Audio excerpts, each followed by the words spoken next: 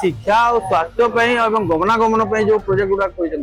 सेटा तो अत्यंत स्वागत योग्य प्रोजेक्ट सब देखा गले सब दृष्टि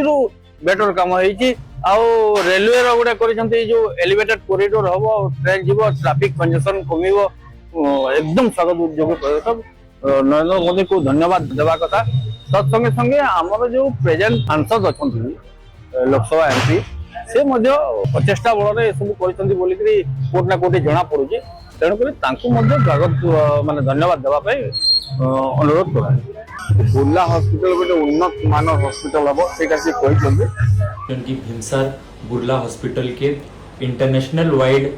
फैसिलिटीज दिया आमे बहुत खुश हो खास करी आमे यंगस्टर माने हमको बहुत किसी फैसिलिटीज मिलवा आमे यंगस्टर माने ना 10टा जिलार लोग माने भी लोग माने भी से फैसिलिटी पाई पारबे आमे प्रधानमंत्री जी को नरेंद्र मोदी सर को धन्यवाद जनाऊँ।